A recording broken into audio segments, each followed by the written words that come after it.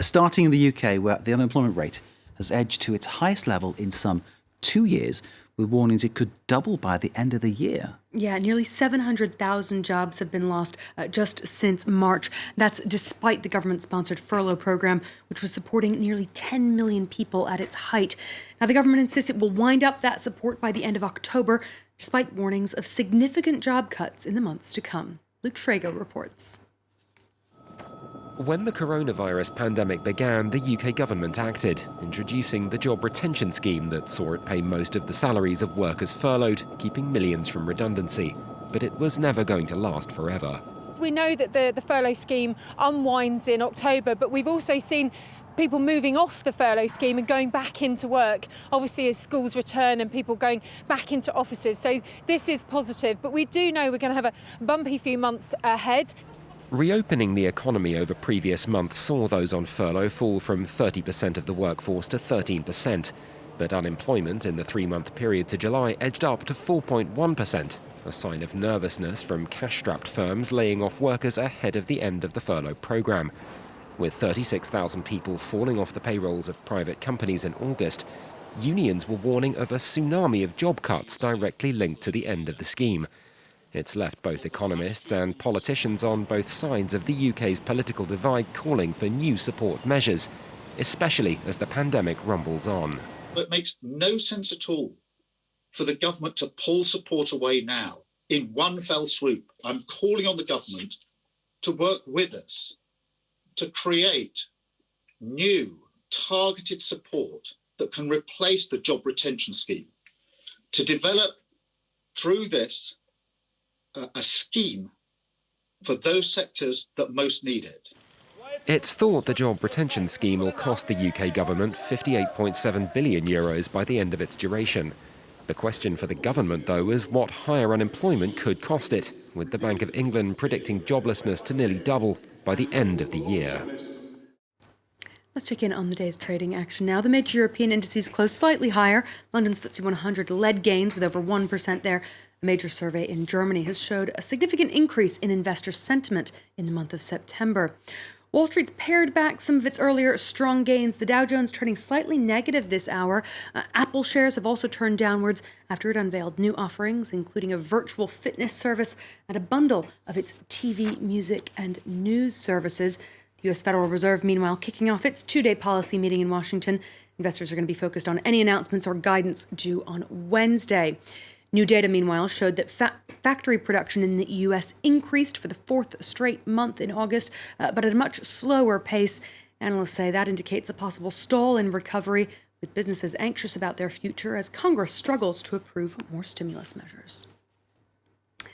The International Energy Agency has warned of a treacherous path for the oil industry as it once again scaled back its outlook for global demand. The group predicted demand would contract by a further 8.4 million barrels per day. That's more than its earlier forecasts, and it said the outlook was even more fragile than it was a month ago. Citing the ongoing slump in travel, manufacturing, and shipping, as well as the global trend of working from home, which limits commuting, the IEA said it expects the recovery in oil demand to decelerate markedly in the second half of 2020, with most of the easy gains already achieved. The World Trade Organization has ruled that American tariffs on $200 billion worth of Chinese goods are illegal. The non-binding decision by a WTO panel is largely symbolic, but it's the first that directly addresses the tit-for-tat trade war that erupted between the world's two largest economies in 2018. Washington had argued those tariffs were justified because Beijing was forcing companies to transfer technology and intellectual property.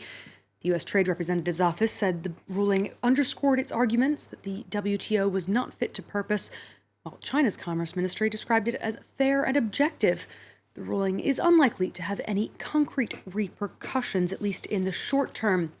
Separately, the Trump administration has announced it'll remove its 10% tariff on Canadian aluminum as long as imports remain stable in the coming months. Moving on to some of the day's other business headlines now. Airbus has warned it's likely to resort to compulsory layoffs in France, in addition to the voluntary departures outlined earlier this year. In a letter to staff, the planemaker's CEO said air traffic was not recovering at the level the industry was counting on. Airbus has announced some 15,000 job cuts worldwide, about a third of those here in France. but the government has urged it to avoid wide-scale layoffs. Citigroup will push ahead with more job cuts as early as this week. The U.S. lender had paused all layoffs as the coronavirus pandemic hit, but it's set to resume efforts to cut costs. Separately, reports suggest that U.S. regulators are preparing to formally reprimand the bank for failing to improve its risk management systems.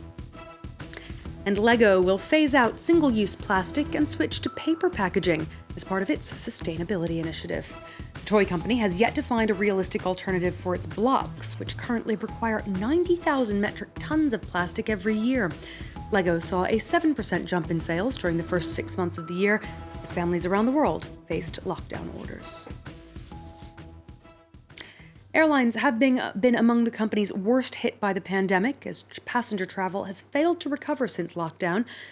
Several low-cost carriers have now tried to capitalize on the increased demand in France for internal flights.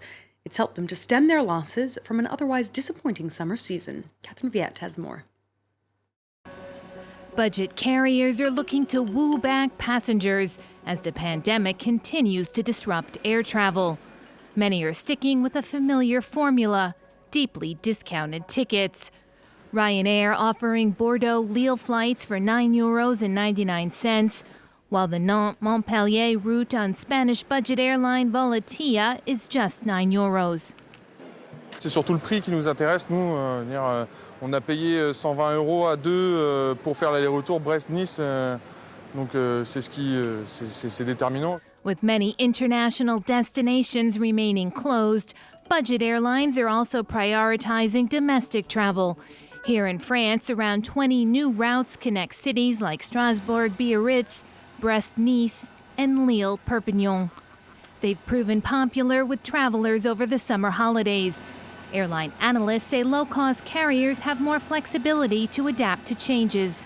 Les grandes compagnies traditionnelles ont une certaine inertie. Et pour lancer de nouvelles lignes, il faut des accords, notamment des syndicats. Il faut aussi toute une logistique à mettre en place. Alors que ces compagnies-là, c'est très rapide. Elles ont presque, j'ai envie de dire, des salariés jetables avec des coûts sociaux qui sont excessivement faibles. Elles peuvent très facilement recruter pour 2-3 mois. The low-cost carriers have also implemented deep budget cuts. EasyJet eliminating a third of its workforce, while Wizz Air has laid off 1,000 employees. And Ryanair has reduced salaries. The measures helping the airlines weather the crisis.